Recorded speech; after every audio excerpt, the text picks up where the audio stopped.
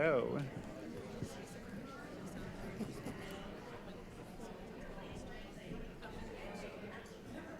We ready to go? All right. After the commissioners are done with their hug, please join me in standing for the Pledge of Allegiance. I pledge allegiance to the flag of the United States of America and to the republic for which it stands, one nation, under God, indivisible, with liberty and justice for all. Thank you.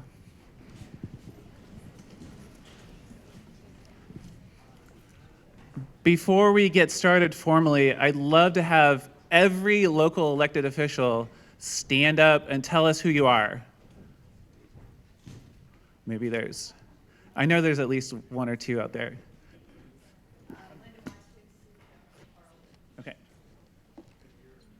Linda Watkins, City Council, Carlton.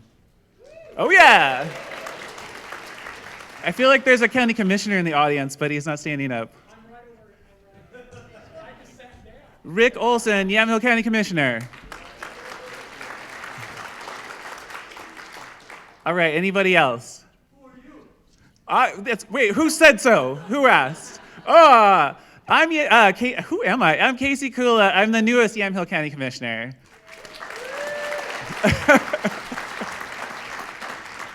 And today, thank you for joining us. I have the honor of introducing our U.S. Senator. During his service as state representative and as our Oregon Senator, Senator Merkley has emphasized fighting for the success of Oregon's working families. That means fighting for good-paying jobs, strong public schools, and affordable college and health care. Senator Merkley is a native Oregonian and the son of a millwright. He was born in Myrtle Creek, Oregon, and his family moved with the timber economy to Roseburg and then East Multnomah County. He was elected to the Oregon House of Representatives in 1998. Class of 1998, anybody here? Oh no, okay, just me. We're both class of 98. In 2007, he became Speaker of the Oregon House, and he held that post until his election to the United States Senate. He began his involvement in policy as an intern for Oregon Senator Mark Hatfield, and in 2009, he was sworn into the same Senate seat held by Mark Hatfield. Now, I want to highlight some of Senator Merkley's current priorities in his own words, so you have a sense of at least what I know he's working on right now. The crisis at our southern border. Senator Merkley says, Congress cannot stand idly by while children are imprisoned in Americans' names using our tax dollars. You can clap if you want to. There you go. The Equality Act. Freedom is the ability to fully participate in American life. And that hits home for me, so thank you for that. Combating white supremacy. He says, Senator Merkley says it isn't just a vile ideology, it's a growing and deadly threat, especially to communities of color. Climate chaos. Climate chaos is ravaging our environment, health, and economy, and Congress must act now. And I think that everybody must act now, but that's just my thing. And here at home in Oregon, Senator Merkley, this is more of a wonky thing, but it really affects us all. He's working to make county timber payments permanent with the Forest Management for Rural Stability Act. And he says, with county funds stretched thin, this stable funding would provide a much-needed lifeline for critical services in Oregon counties. And I really think that in Yamhill County, we need that money, stable money for safe housing. So hopefully he hears that.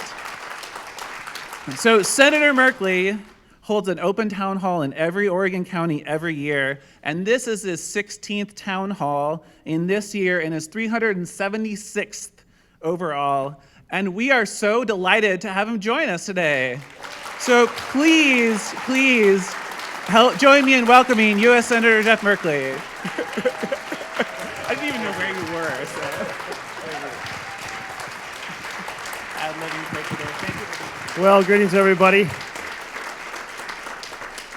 It's a pleasure to be with you, and thank you for that introduction, Casey. I appreciate it. Let me introduce to you all Stacy on my team, who is over here wearing the boot, and she is my field representative and has cards, and for any issue you want to contact me or my team on, call Stacy. She'll get you in contact with the right person. I also have a constituent services team, and they help people resolve issues regarding mortgages when you can't find a real person at a bank to talk to, about lost veterans medals, about benefits that are ensnared in red tape, about visa issues, any host of things. And Stacy can also contact you, put you in contact with the right member of the constituent services team as well. So wanted to make sure I didn't forget to introduce her. At the start of every town hall, I like to shine a light on a community organization that is doing important work in a community. And today we're going to shine that light on Unidos Bridging Community. And Miriam Vargas Corona is here, I think. And could you come up and join us? Welcome.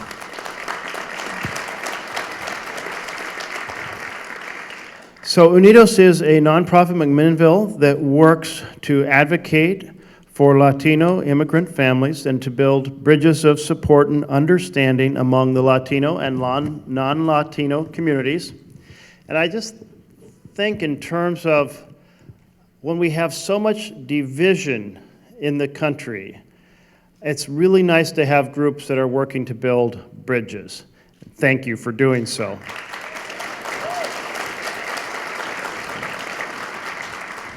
Their work has included citizenship classes, fair immigration policies, a law enforcement program to help create connections between law enforcement and the Latino community. And is there anything else you'd like to add in describing the work you do? Well, thank you for the honor to, come up here and be recognized with the community. I also want to say that our work could not be done without our community members that are volunteers and supporters of our work. We also have a leadership program for immigrant women and professionals network. We were also really involved in the advocacy work that happened with lots of statewide community partners over at the Sheridan Prison this past summer to advocate for the release of the 123 immigrant men that were seeking asylum. So really, this community has done a lot of work to support the organization as well. So thank you all.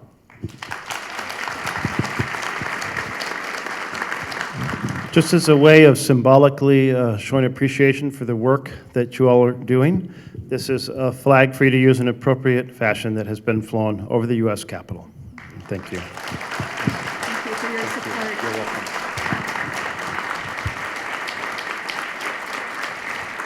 Thank you. Well, welcome everybody. I think pretty much Casey wrapped up everything, so no need for introductory remarks. We'll tell you the way I've been having a lot of conversations around Oregon last year, thinking about the big issues we face and kind of on the large scale challenges. And I think it can be boiled down to three significant pieces. And the first is a crisis in our democracy, where gerrymandering and voter suppression and dark money are really contaminating the campaigns and producing more government buy-in for a small group of privileged and powerful rather than by the people. And so in December, I put out a plan for restoring our democracy to take on these things, take on the gerrymandering and the voter suppression and the dark money, and I think that's one of the most important missions that we could have before us over the next 2 years.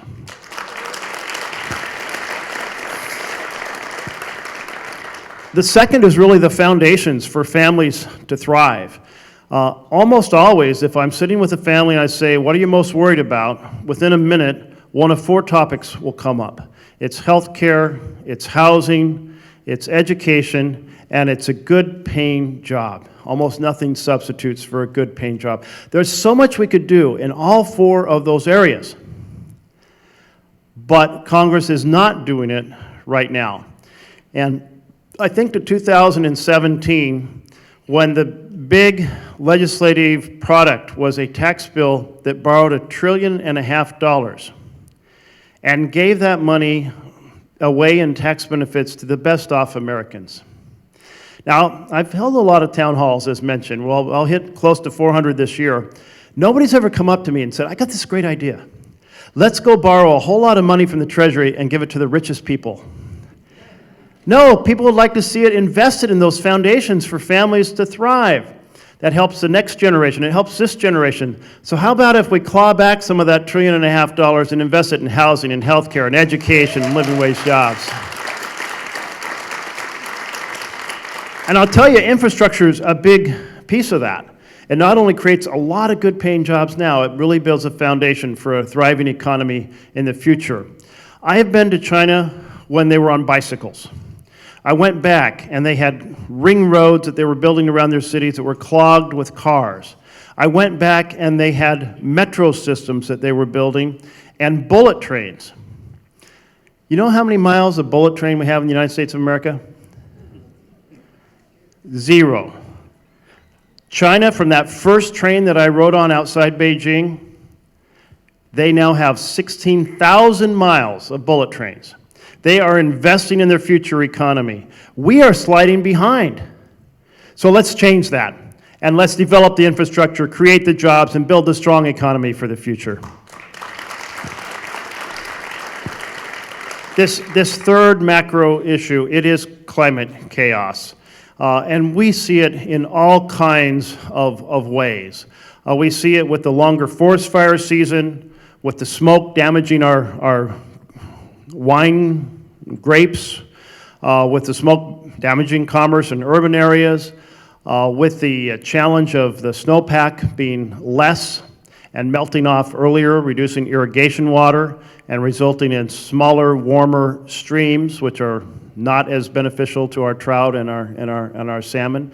We see it in the pine beetles doing really well because it's not cold enough in the winter to kill them, and the trees not doing so well. And we even see it offshore.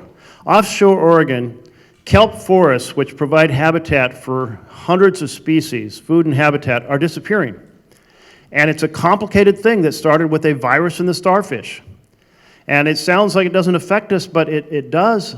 The starfish disappeared, the sea urchins exploded, and they have wiped out significant sections of kelp forests that provide feeding grounds for so much of the sea life ecology, and ultimately will affect our fishing. Anyway, we have to drive a faster transition to renewable energy, non-fossil fuel energy, stop the carbon pollution that's causing all this damage. It's not just here, but around the world, and let's work together to do that. So, we're going to turn to your questions and comments. If somebody's speaking who you just profoundly disagree with, passionately disagree with, still, please be very respectful to them. Let that individual have their say, and we'll ask everyone to do the same when it's your turn. To just make it fair for everyone, I think Commissioner has offered to draw tickets, I believe? Yes. Okay. Great. And I'll just read. So grab your blue ticket. I know from experience sometimes nobody raises their hand and we'll just go rapidly to the next. So why don't you go ahead and mix them up really well, because people want to make sure it isn't just the ones on the top that get called. All right. So the first three, and I'm just reading the last three numbers because everybody has the same first three numbers. If I read all six, you'd get all excited, those first three numbers. It's like, oh, and then, so just the last three, 375, 435, and 434. And just raise your hand for any of those, and if you could start by sharing your name and your number, we'll retire that one, and welcome.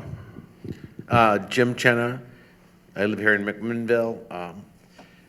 You're And mentioning... which number, sir, do you have? Oh, 375. Thank you very much. And you mentioned fair access to the voting situation. I think here in Oregon we have the best system going anywhere. the vote by mail system provides for people to have a good opportunity to vote, and the system is more secure than any other system that I know of. Can we spread that across the country? Let's do it. Yes. So a couple states now have adopted vote by mail, but you're right, it solves so many problems.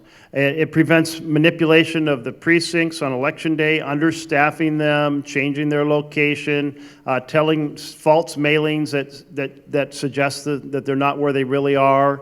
It makes sure people have time to fill out the ballots and get them in. It has the signature for security. You can recount the ballots. I hate these electronic machines that don't have a paper record. Those should absolutely be banned. I do not trust these machines. A lot of them are made by a company called Diebold, and I always thought that stood for diabolical. And let's get the diabolical out of our voting system. Thank you. And Senator Wyden has a bill that does just exactly that. And I'm a co-sponsor of it, so your Oregon delegation is fighting for that vision for across the country. Either of those other two tickets? Okay. Yes, one up there, and I'll get 3 more on deck while we're getting a microphone to you. On deck, we have 405 and 334 and 381. Thank you, Senator. Yeah, you were talking about climate chaos, and one of the things that Yamhill County has been fighting is the garbage coming through, and Carlton is particularly impacted by the increase in garbage because the garbage trucks come right through town. And is Congress doing or talking about anything to start looking at fixing the recycling? Ever since China kind of dumped us, we're reading more and more articles about problems with recycling and getting stuff recycled, and it's just going into the garbage anyway. So it's just wondering if there's any discussion in Congress about some initiatives or some efforts that can be made to fix that. Yes, and which number did you have, ma'am? 434. Thank you. As you rightly pointed out, China changed its rules on what type of cardboard, what type of paper, and how much contamination can be in them, and those really hit the U.S. recycling hard. So I went this morning to a company that does a lot of recycling, and they have the cardboard operation, the plastics operation, the paper operation, but the prices they can sell them out after China are much, much lower, which means that they are now, when they recontract to provide recycling services, they're charging more. So we're paying more in our monthly garbage/recycling bills. I have not seen anything in the Senate to try to take this on, and your question is making me think about what we could do. We can't force China to take products. They did increase their level of acceptable contamination from 0.5% to 1%. So that might have been pressure from the U.S., and it might have just been the economics. I'm not sure. But we have to, it feels to me like there should be a way to provide a life cycle recycling for every paper or plastic we use in product containers.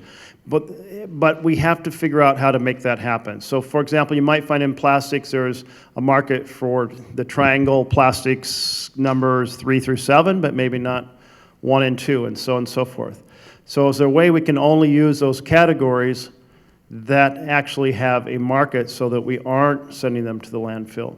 There is a company in Oregon that takes all forms, they were taking all forms of plastic that they could they would heat it up to a high level, and it basically unravels the molecules and returns it to being oil.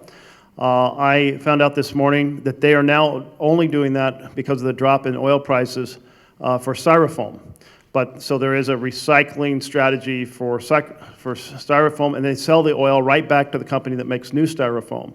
So that's a positive. But I think we should have a lot of hearings on this in the Senate. But the Senate Chairman of Environment is not interested in this issue. So I hope we can change that down the road. Thanks.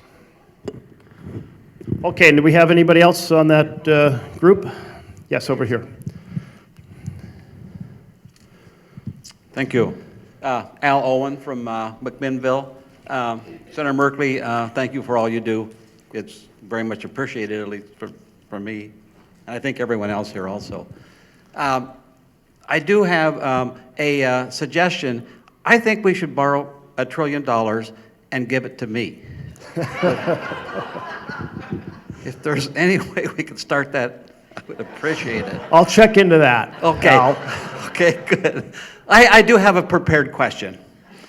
Being in the Senate, of course, you are much closer to the present administration than we are. Yeah, we're like this. My question is, how do you suppress your frustration and anger? And Al, which number did you have? Well, I'm usually number 1. I think what? I think it's in your left hand. Oh, I have, they all gave me my tickets around the. 404, 405. 405. Thank you. What did you ask? Let me start again. So, you know, we're a democratic republic. We elect officials that lay out a vision and take the majority of the electoral college votes. By the way, one of the things I'm advocating for is for us to go direct majority election of our presidents.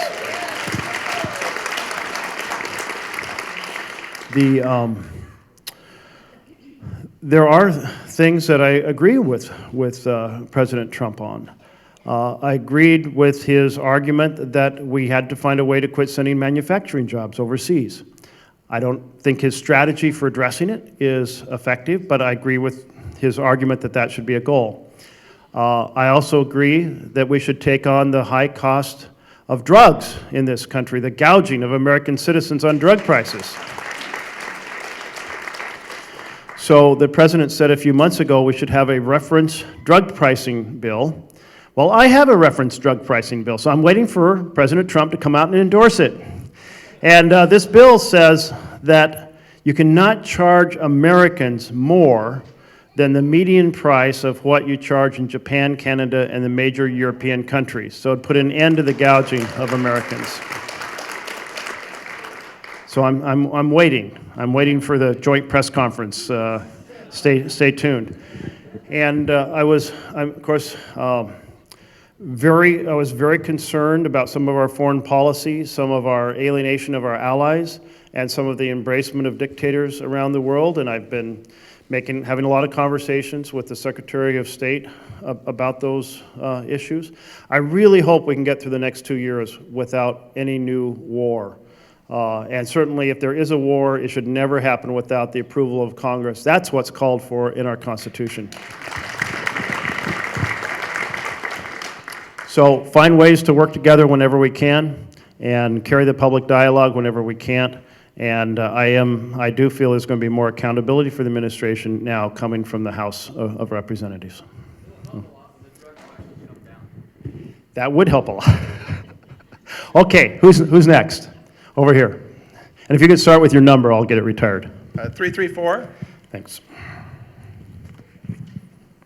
It was called, correct? 364, no, actually. No, 334. 334, yes. Okay. David Beal from Portland. In the news yesterday, there was a jury that found Roundup and Monsanto had contributed to someone's cancer. Since you're on a subcommittee dealing with agricultural issues and toxins, I mean, are you in a position now to move forward with some kind of investigation and possibly some legislation to recall it so it's not put into the climate and into the wildlife and into the people? So was that a House committee that held a conversation yesterday? It was a jury that found that Roundup had, I don't know all the details, but district court caused a man's cancer. But then there were also international concerns about killing bee populations and other wildlife. So It seems like you're also in a position to Yeah. in your subcommittees. So, I am on the spending committee for ag. I'm not on the ag committee itself, the policy committee. Those issues could also be taken up on the environment committee, but it's up to the chair of that committee what's taken up, and the chair is not going to take up those issues. I was in a very related fight, though.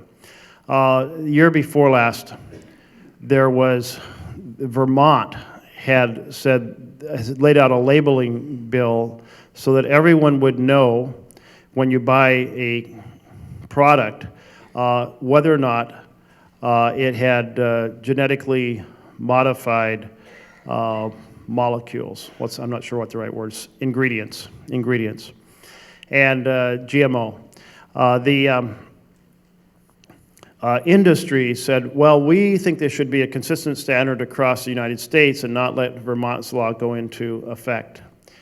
But what they did was they didn't want any labeling. That was going to be the consistent thing, no labeling.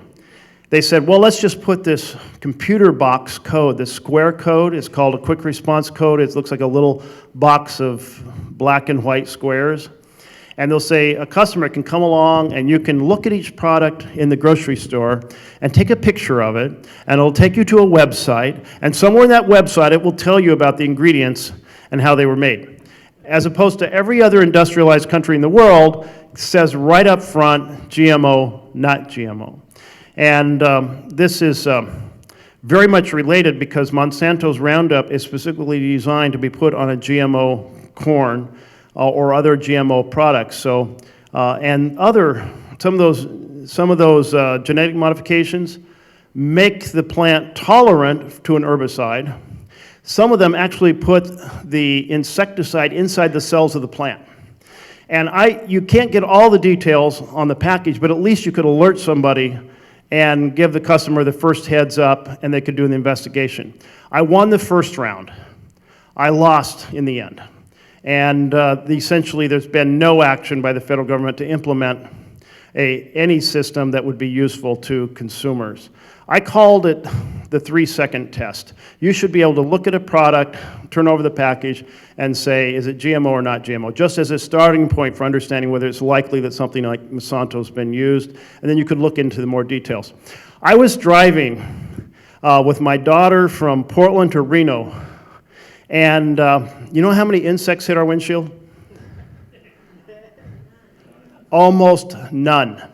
And I was thinking about when I was growing up in Roseburg, and we would drive 20 miles, we'd have to wipe all the insects off our windshield.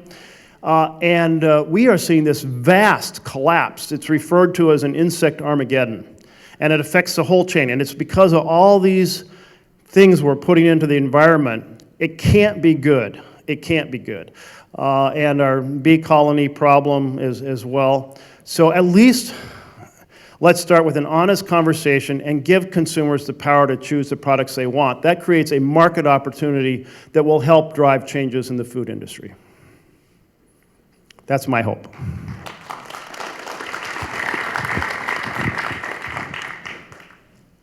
Who's next? Okay, I've got 3 more. That's 403, 412, and 409. And I'll get 3. If I don't see anybody raising their hand, I'll grab 3 more.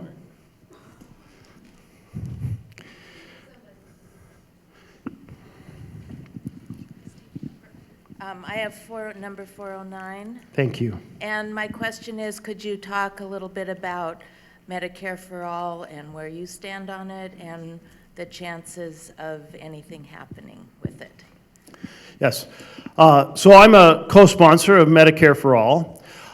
Here's where I'm coming to it. We have a very stressful, very, very complicated healthcare system where people are always in flux trying to figure out how to find a policy that could work and what does it cover and what's the fine print and what if my company says we'll cover you and your spouse but not the kids, how do I get kids onto a plan? If they cover you but not your spouse, how do you get your spouse onto a plan? I just love the idea of a simple, seamless system so when you're sick or injured or your loved one's sick or injured, you'll be covered just by virtue of living in the United States of America.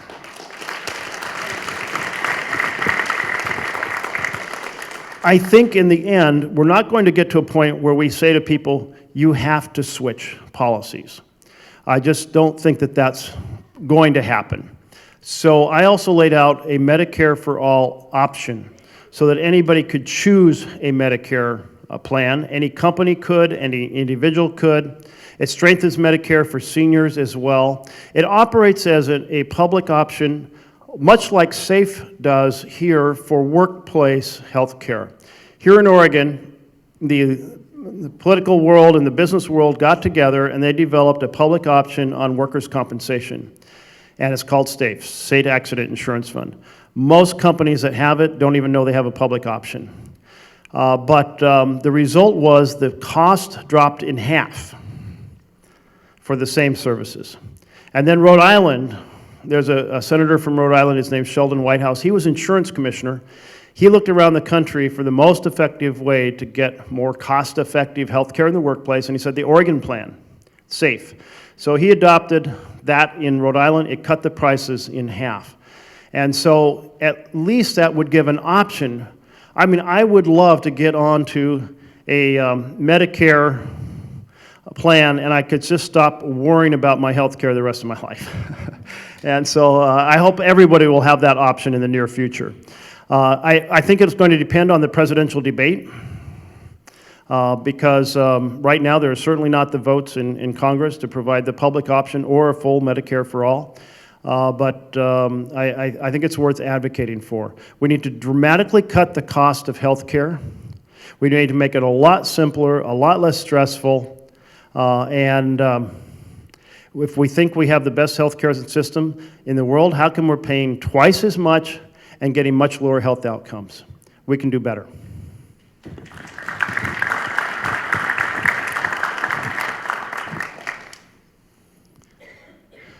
So we have also 410, 438, and 449. One's right up here, yes? Okay, anyone else in that group?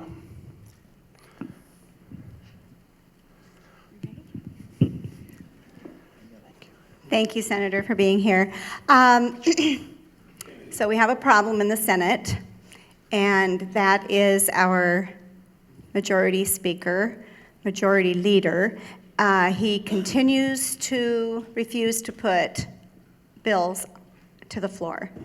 And I was wondering if we as people, if there's anything we can do to encourage him besides encouraging the Kentuckians to vote him out.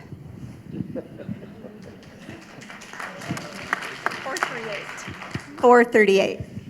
Thank you. Great. So the Senate was intended to be designed in a way that power was not concentrated. However, there was a courtesy given to the majority leader to be able to be the first person to speak after any given bill is completed, whether it's voted down or passed. And the majority leader also can do the First Amendment. It was a courtesy. But the way that Mitch McConnell uses this is he defines what comes to the floor, and he puts in the First Amendment as a blocking to prevent anybody else from putting down an amendment.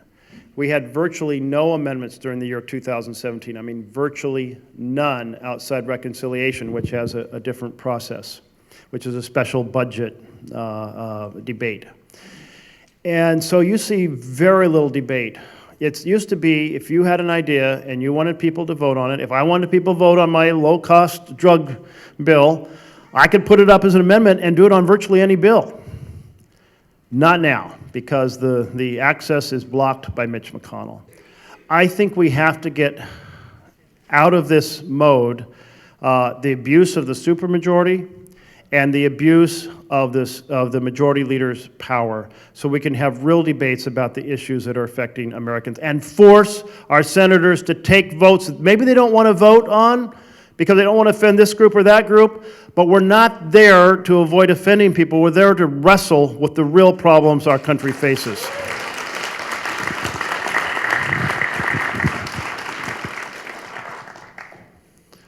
Anyone else lined up? 357, 372. My name is John Boudin. Um, 4110. Thank you. A lot of surveys indicate that Oregon has the second highest population of homeless. I'd like to know if there's a way that we can humanely deal with homeless people without at the same time attracting so many to our state. Why do you feel that we do have such a high population as compared to other states? Thank you. The word got out that Oregon is paradise. And Shelter in Boston, Massachusetts, and she told me that when she talks to the homeless people, they all say, you know, their goal is to get to Oregon. So. well, they're smart. They know a wonderful place, but it is a challenge. If you see the U-Haul one-way trailer statistics, one way of tracking where people are moving in the country, Oregon has been the top of the list for years. And it actually does go a lot to the reputation of our state as just a wonderful place to be. And now we have a real shortage of affordable housing. When I came back to Oregon in 1991, I worked for Habitat for Humanity, and then I developed, yay, Habitat! And then I developed affordable housing, started poverty empowerment program. And my belief is that, one, we need more resources for housing. I live in a blue-collar neighborhood where it used to be that the price of a house to a working wage was 2 to 1. Now it's about 5 to 1. That is, if your annual income, average working income, let's say it's $50,000, well, a house is $300,000. It's like 6 to 1. Whereas it was 2 to 1. So home ownership is getting out of reach. Rents are getting out of reach. We have to find ways to have more federal resources in housing. So President Trump cut the home grants. I worked to restore them. We restored and increased the Section 8 vouchers, the veterans vouchers, various other housing programs. But I think as a state, we also have to think about how to build cheaper options for housing. The standard 2-bedroom apartment when I was developing apartments was about $80,000. Now it's about $250,000 to develop an apartment. If you do the math, we're not going to build enough of those because we can't afford to subsidize enough of them. We also, therefore, have to look at other options. We need to look at single-room occupancies. We need to look at more shelters. We need to look at places people can pitch their tent and not pitch a tent on a sidewalk or a public park or a public right-of-way. So we're going to have to pursue all of those pieces of the puzzle and do it as a state. I don't think it's, most metropolitan folk, it's like you can't tell someone to move their tent if there's no place for them to move it to, and they simply have no ability to pay a rent. I was just hearing that I think it was in if the mayor is here still, Mayor of Newburgh, not here. I think it was Newburgh that said they have their Section 8 vouchers, that they have a ton of them sitting there unused because they fund a rental apartment up to, I think he said $750, and there are no $750 apartments, or it was something in that ballpark.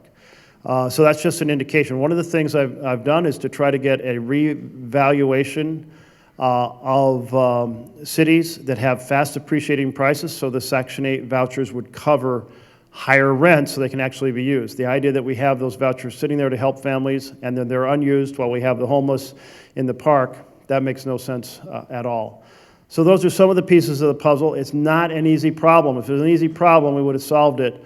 But I'm glad you've raised it. It's one of those fundamentals for the success of families, and right now we're not doing well. Thanks.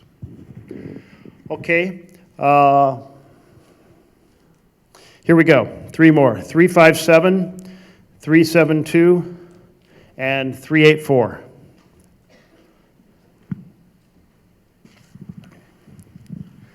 Hi, Senator. I have 357. Thank you. Okay, so my name is Daniel, and I grew up here. A lot of things that you mentioned in your opening remarks are bold ideas that have a lot of popularity, but would never get 60 votes in the Senate or the blessing of Mitch McConnell. So if the Democrats take back the Senate in 2 years, and I assume you'll be part of that, what is your position on eliminating the filibuster?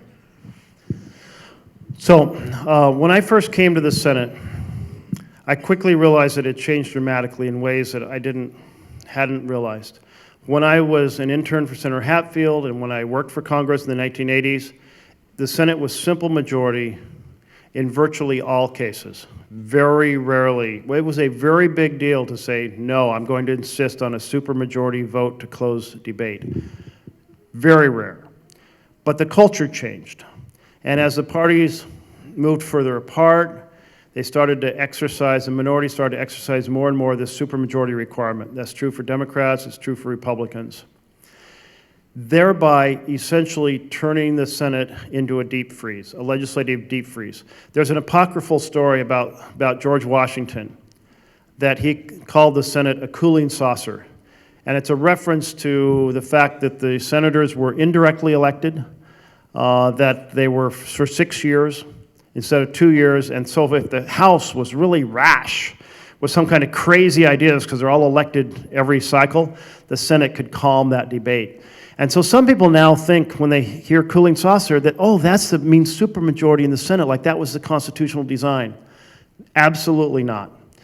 What you're doing is saying that the idea that most people think is the wrong idea is the one that prevails. That's what happens when the minority makes the decision on where to go rather than the majority.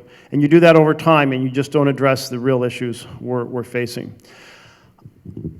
People have become so comfortable with that in the Senate. Many of my fellow senators never saw the Senate function as a normal legislative body. So I don't know that they would go as far as eliminating the filibuster, but I've proposed a talking filibuster. Get rid of the filibuster on motions to proceed to a bill, get rid of it on amendments, have it only on final passage, and then on final passage only if someone's continuously speaking on the floor. And it could be people trading off. But if there's a break in the conversation, you go to a simple majority vote. That might be a balance that I could persuade senators to do. I'm going to hold a lot of those conversations. We really have to change. And I've also, executive nominations, they become weaponized against an administration. And if you don't like the current administration, maybe that sounds good. But I think in the long term, it really damages the balance of power. And I think that we have to have the ability for administration to get people through the nomination system without it taking up all the Senate's time. So I've proposed a 100-day clock on nominations. And that 100-day clock runs out. If they haven't been voted on by then it's 2 hours of debate, vote up or down. And so that's another piece, trying to restore the Senate to functionality. I've actually introduced about half a dozen of these basic reforms. But it's going to take a lot of conversation, because right now, whichever party is a minority seems to be happy with the deep freeze, and that's not going to allow us to take on the issues we need to take on. So I'm in that fight. Let's reform the Senate so it can be a full partner in our democracy.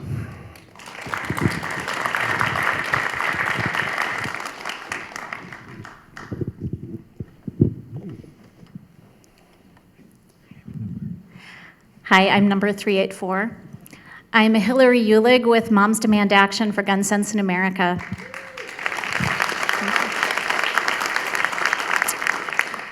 After the horrific mass shooting in New Zealand last week, their government has called for swift gun violence prevention legislation, and they will be announcing their plan on Monday. Here in Oregon, we passed a law for universal background checks for all gun sales in 2015.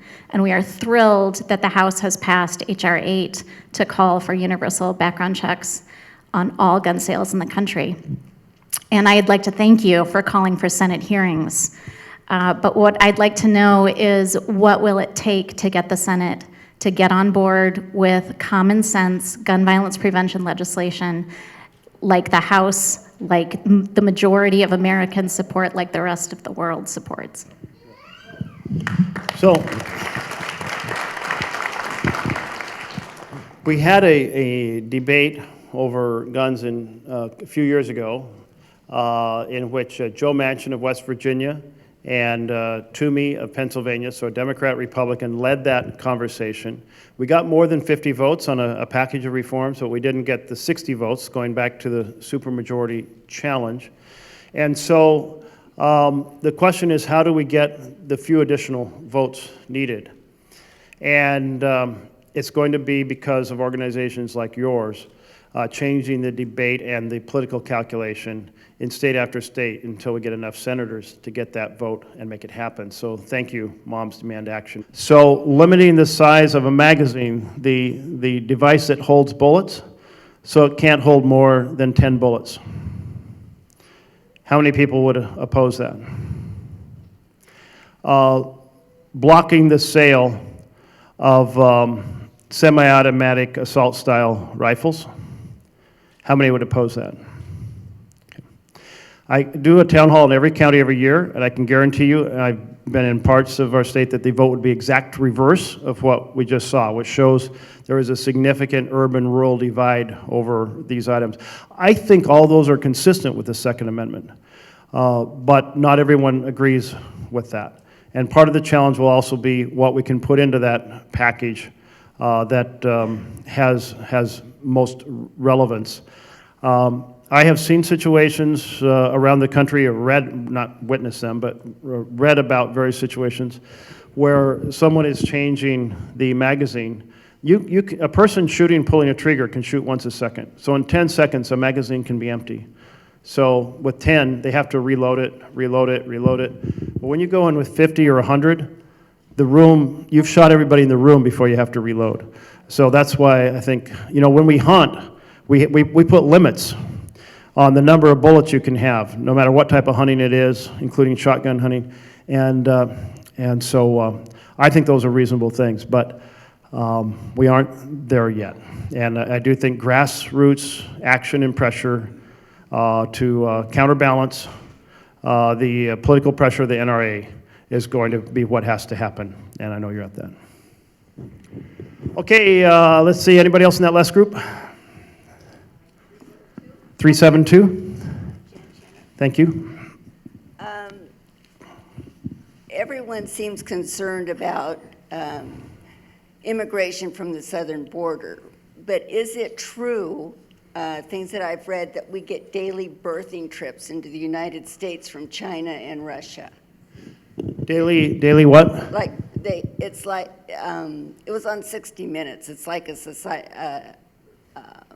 They call them birthing trips, but where they actually bring in people from these other countries so that they're born U.S. citizens.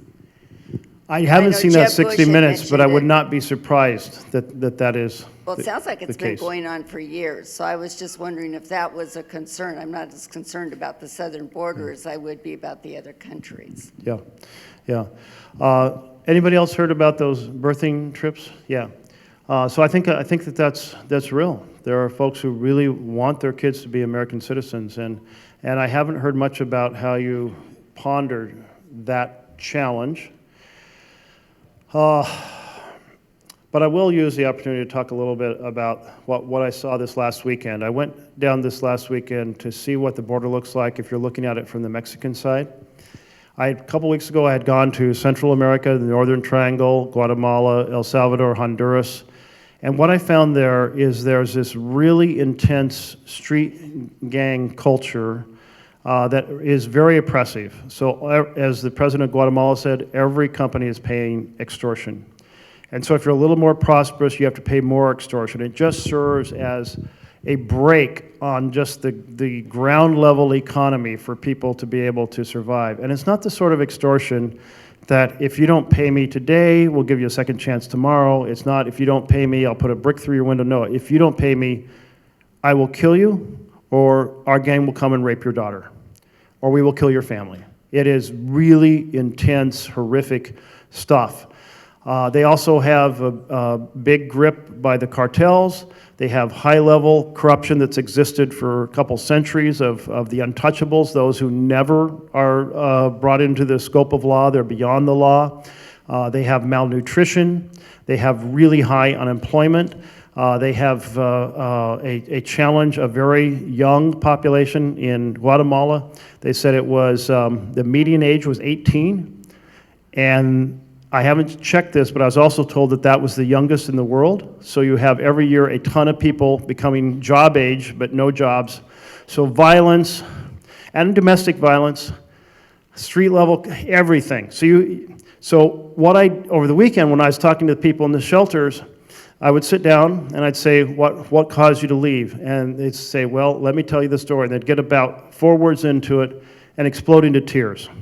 Just horrific, horrific backgrounds. So coming to the border, the way it works now, under international law, you're supposed to be able to ask for asylum. And then you get a credible fear conversation to see if you have a story that meets the requirements for asylum. And then you get an asylum hearing to really, you have to produce and prove that your story is true. And most people don't pass the asylum hearing. Most are deported. And some statistics say it's 9 out of 10. And my argument has been, as people await their asylum hearing, treat people with respect and decency. Whether they stay in the U.S., if they're the 1 out of 10, whether they're deported, it's a 9 out of 10. We are a nation mostly of immigrants. We have a certain way we would want our ancestors to be treated. Let's treat those people arriving with decency and respect as they await their asylum hearing.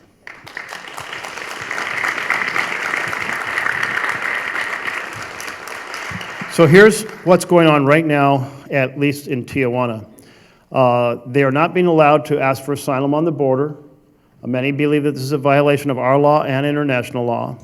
They are told that they can go to a square and get a ticket or a number, which I witnessed. They have a book, and you get a number, and then you wait until that number comes up. And that number comes up right now. It takes about 6 weeks for that number to come up. So you are thrown back into Tijuana with no family, probably no funds, no friends, and you're just at the mercy of a real criminal enterprise that operates there for about 6 weeks, trying to survive. And then you get your hearing. Now the administration is saying, after you get your credible fear hearing, you will be sent back into Mexico to wait for your asylum hearing. That's another 45 days without support inside Tijuana. And terrible things happen to people during these periods. Now, if you're an unaccompanied minor, so you're 17 or 16, you are not allowed to get in the book to get a number. And you're not allowed to go to the border and ask for asylum. So you are permanently stranded. I met youth who had been there for many months with no option. One option they do have is they can turn themselves in to the Mexican Youth Authority. It goes by the acronym DIF, D-I-F. But they will repatriate you back to your home country. And so people who fled terror are afraid to go. The only other option you have is to go across the border illegally. So when the administration says don't cross between ports of entry, come to the port of entry, they have been absolutely blocking minors from crossing at ports of entry and asserting asylum. So again, it's hidden, but it's horrific. And I'll tell you, those minors, there's a huge sex trade in Tijuana, and they have no money, they've made this trip, they're being sucked into that sex trade, sometimes by drugs, sometimes by force, sometimes by being raped. None of us would want our kids to be stranded across the border, and we shouldn't want these children fleeing persecution to be stranded there either. So let's change it. Senator, we've got time for one final question. What should we be doing to help things in Central America? So I'll take that as a follow-on question. So we have a program that we spend very little money on. In Afghanistan, we're spending about $50 billion a year. We spend about $150 million in each of the 3 countries. And in each country, we spend it on about 36 different programs. So it's very diversified between security programs, economic programs, and corruption programs. It's good that we're doing that, but it is an absolute drop in the bucket.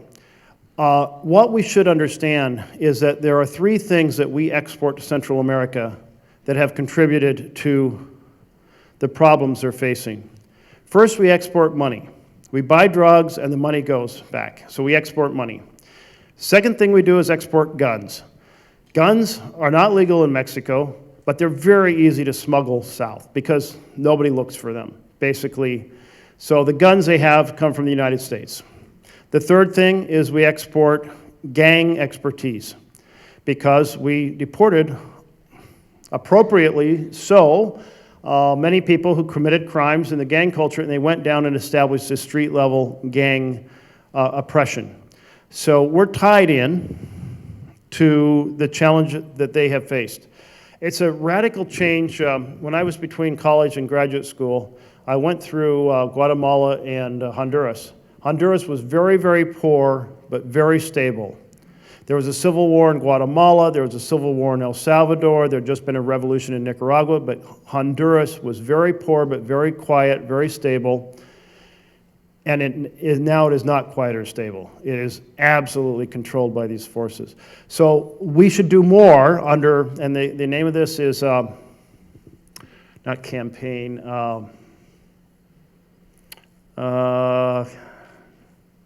Prosperity, Alliance for Prosperity.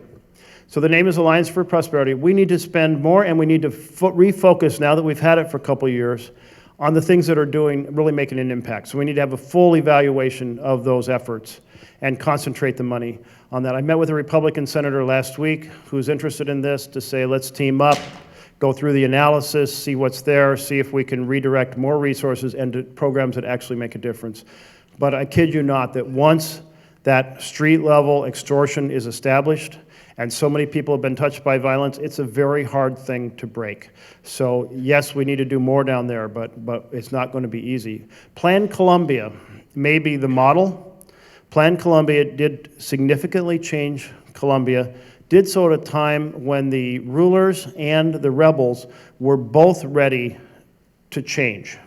So I'm not sure that that's the case in Central America right now. Okay, so that one last question. We had 353, 448, and 406.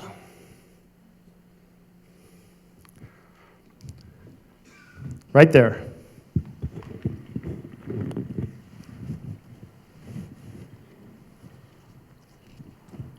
Hi, Senator. Thank you for being here today. What I wanted to ask was, is there any path in the Senate for H.R. 1? And if not, could there be some competing legislation that can be reconciled with H.R. 1? How do we get to anti-corruption more broadly? And additionally, why don't I see any retort on Russia's meddling for the 2016 election? I see sanctions, I see rebukes, but what are we going to do to make sure we are safe in 2020? Thank you. So the Russians have continued to meddle with our social media to divide us. And one of the issues here in Oregon right now, in the vaccinations, Russia has, I've been told, I haven't seen the hard evidence, but I've been told that every time something like that comes up that's divisive, they'd start doing social media to make it even more divisive. They're trying to rip us apart as a country, and all the more reason we have to talk to each other and realize that there are many forces trying to aggravate our anger, our partisan tribal anger, and we have to resist that. On my website, I have a blueprint for restoring democracy that essentially lays out what has, the fundamentals of what has now become H.R. 1. And next week, Tom Udall and I will introduce the Senate companion to H.R. 1.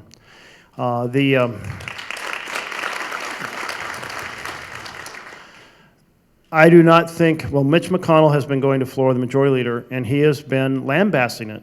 He called it Democratic Politicians Protection Act. Now, let me tell you, since we really have a fundamental problem here that goes to the Supreme Court. And I say this with caution because I grew up knowing that it was important to have a Supreme Court that was above politics, but it is no longer. We had the theft of a Supreme Court seat, the first time in our history that a nominee got no debate and no vote under Obama.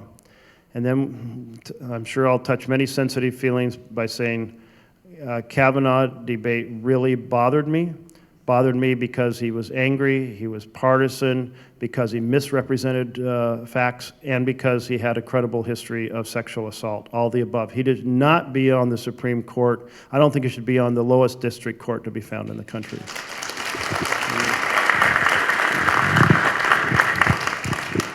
So the heart of why the seat was stolen from Obama was Citizens United.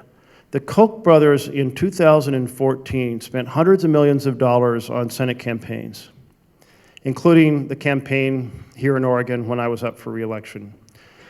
And the result was that the Senate shifted control from D's to R's, and the Koch brothers have called the shots ever since. They did this through dark money, through Citizens United money, and they are determined to keep that.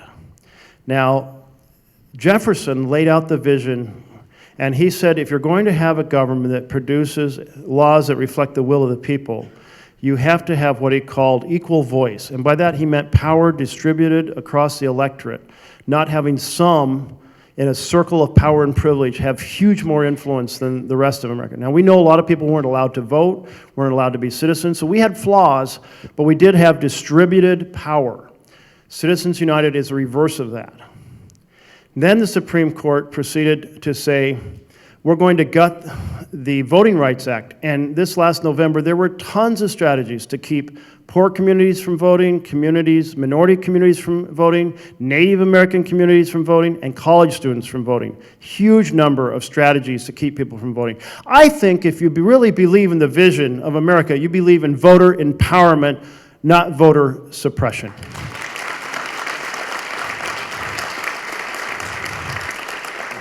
And then the Supreme Court has been unwilling to take on at all the gerrymandering. So there we stand. All three issues, the court is not defending the vision of our Constitution. So we have a big challenge there. Meanwhile, we will not be able to get H.R. 1, which includes things like disclosure, right, on the floor of the Senate unless we change the leadership of the Senate. That's what it comes down to. We'll have to do that. I'll just close by thanking you all so much for coming out to be a community dialogue. Many of you send me emails. Thank you. I get about 14,000 emails a week. I try to get back a substantive response on every single one. Sometimes it takes a while if it's a new issue, but some of my colleagues just send back a thank you very much for your email. But those little policy essays that I send back, they're normally a better part of a page or more, are about trying to wrestle with the issues that you see and you're raising. I also get a readout on how many letters on what topics, how many phone calls on what topics, so the feedback is helpful and appreciated. And the participation in forums like this, really appreciated. So I feel like we've been in a pretty dark period, and we have to remember that we've had other dark periods in our history. So it's a time that calls for us to be off the sidelines, fully engaged, and let's reclaim and rebuild our beautiful democratic republic and make this nation stronger and fairer. Thank you.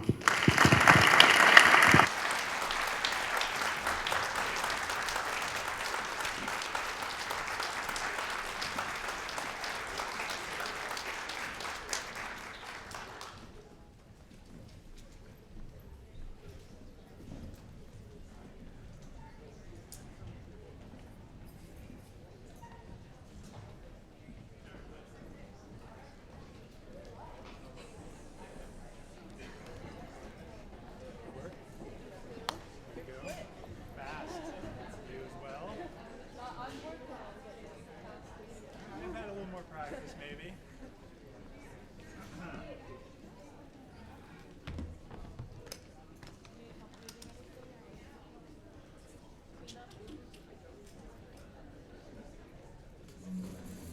You don't have anything now. Yeah. I think we're in pretty good shape.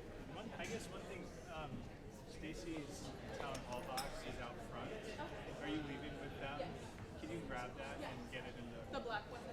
Yeah, the one that has her Okay. name on it. Yeah.